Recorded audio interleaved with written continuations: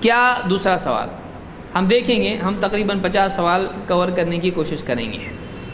کیا ذوالحجہ میں روزے رکھنے سنت ہیں، اور یہ کتنے دن کے روزے ہیں، یعنی ذوالحجہ میں کون سے روزے ہیں؟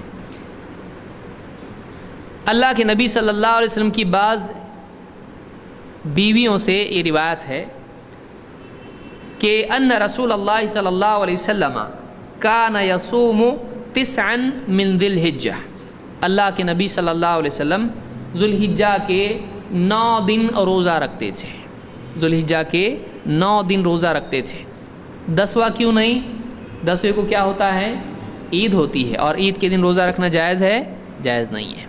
تو اللہ کے نبی صلی اللہ علیہ وسلم، یہ نسائی کی روایت ہے اور صحیح روایت ہے کہ ذوالحجہ کے 9 دن 1 سے لے کر 9 تاریخ تک، 9 کو عرفہ ہوتا ہے، تو 1 سے لے کے 9 تاریخ تک اللہ کے نبی صلی اللہ علیہ وسلم روزے رکھا کرتے تھے۔ معلوم ہوا ذوالحجہ کے 9 دن روزہ ہوتا ہے، اور یہ اللہ کے نبی صلی اللہ علیہ وسلم سے ثابت ہے، لہٰذا یہ سنت ہے۔